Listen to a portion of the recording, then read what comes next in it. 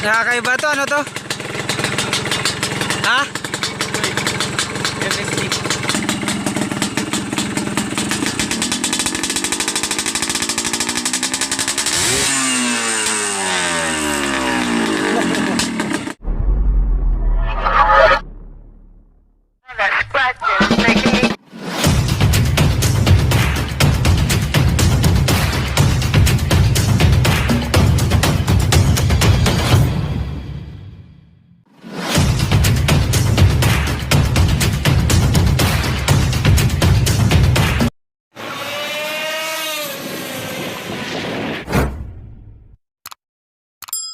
So ito yung unit ni Boss Bansi. So naka-disc brake na yung likod. Bakos naka-rider ano, swing arm. Para mahaba. Kasi itong motor na to naka-design for drag talaga. Diyan naka-tune pipe siya. Yan, mapapansin mo naka-monoshock na rin.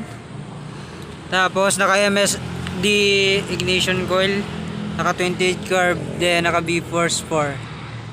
So, ngayon ang set nito is naka-stock bore lang din siya.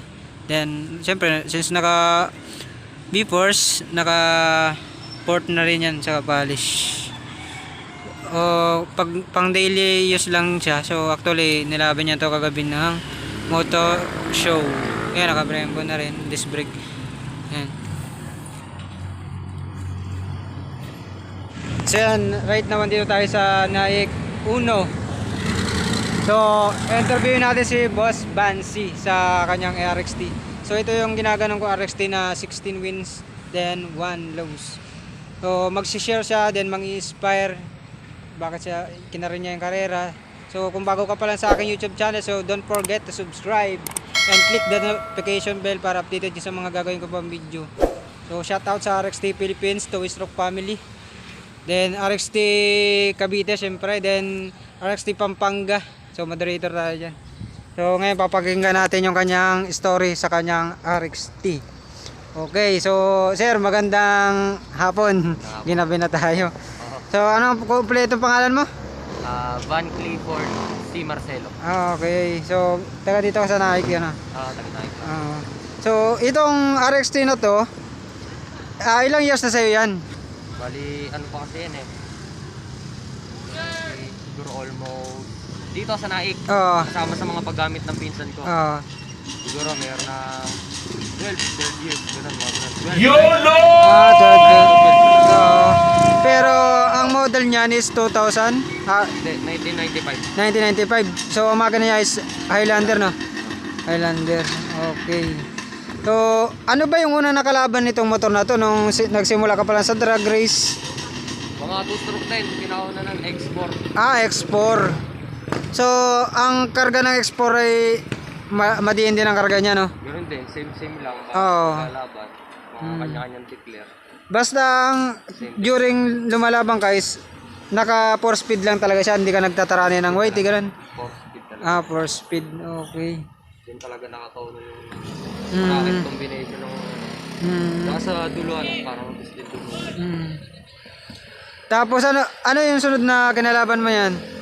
Sa mga, may mga sumusubok din na TMX, gano'n, Raider FI. So sa Raider FI, siyempre, ang Raider FI kasi is King of Underbone. So ito is 135, at the same time 4 speed lang siya. So ano ang laban nyo pag Raider FI versus sa ganitong RXT?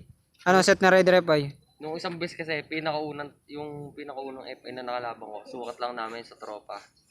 Bali yung sa tropa naman, naka-pipe, tas ECU. Yun lang, naka-pipe ECU lang. Tapos, malambot naman yung kay Kevin ha. Pati yung mukha niya malambot din. Gamin na. Huwag lang mag-office sa low RPM. may plus na oh. Hindi ka na ng plus na bansi ah. Hindi na ng plus.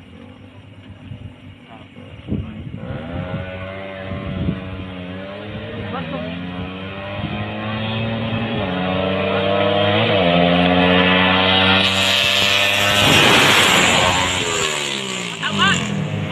Ang karga niyan? Yan, naka CDI, ignition coil, V-Force 4, carb. Yun, tapos high comfort, tsaka port and pad yun, port and pad. Oh, yun. Loob. Ano yan, naka full wave pa yan ngayon eh. Oh. Bali, nung unang laban na yun, binigyan ko na lang ng plus 5. Yung rider eh. Aba, matindi! 5 ano yun? Gaano kalayo yung agwat niya? 5 motor. 5 motor. Nasa unahan ko siya. Oh. So, every time na lumalaban ka ng drag race, ilang meters? 201 meron. Pero yung mga matatagal na, talagang 400 meters. 400 meters.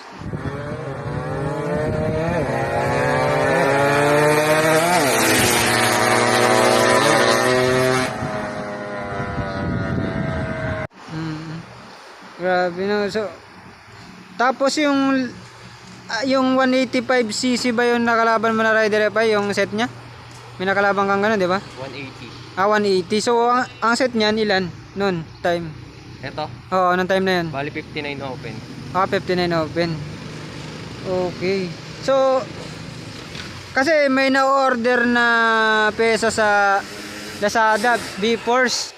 Tapos, di ba, mura lang, 700. So, iyo, 6'4". 6'4". So, saan sa galing? Nasa Thailand. Order sa Thailand. Nag-vacation kasi sila nun sa aming pamilya. Oo, sinabay mo na lang nandun yung order mo. Hindi, So- hindi pa siya mahilig magmotor nun eh. Hindi, nagmamotor na siya nun, pero hindi siya mahilig sa pyesa. Pero kami, alam niya naman, yung kaming ibang pinsan niya, mga nagmamotor na rin. Kaya pinasabay ko na. Hmm. Ako ganun. Yun. Oh, so itong ano mo, yung MSD. So, I'm so very first time na maka-encounter ng mga ganitong ignition coil. So, mukhang madugo ito. Magkano bang presyo niyan? Mura lang yan. Walang. Saan order yan? Thailand din. Hindi, dito lang meron sa Pilipinas. Sa Pilipinas lang din. Ano yan, tatlong kulay. Merong kulay black. Tapos meron ding kulay blue. Yung kulay blue, pinaka-rare yun eh. 17,000 nga lang yun. Madugo talaga. Grabe na. Kaya hindi muna. Saka muna. So, ayan. Nasa magkano na sa ganitong ano, pag during may karga siya, 'di ba meron kang ano niyan, chassis pa. So yung makina niyan nililipat mo. Yung chassis Lighten. stock, naka-lighten. May Oo. mga butas-butas. Oo. Para mas magaan. Oo. So ito, Handlebar. pag ginagamit mo lang siya nakaganyan. Okay. Isang makina doon, kahuyan. Kahuyan lang.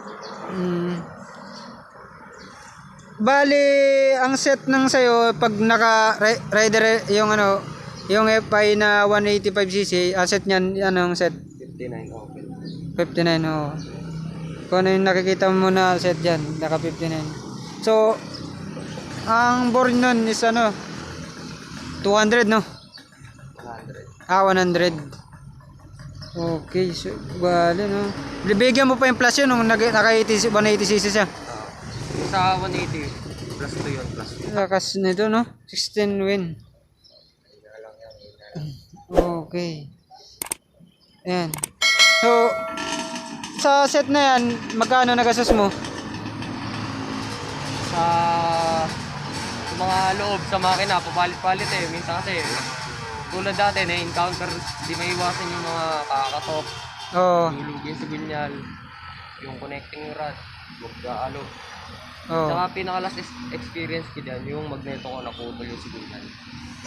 Bali, panibagong overall na naman yun. Kaya sobrang ano din, magastos din. Oo, Hindi ko ma-estimate eh, pero sa makina pa lang siguro mga 30, ganun pa. Oo, 30 ang set, no? Sa nagastos mo, talaga pag gusto mo talaga manalo sa isang drag race, talaga make it sure yung makina mo is talagang quality at the same time yung mga matidiin din yung pesa, no? Siyempre, pera ang labanan dyan eh, hindi naman yan kitsiyan ng...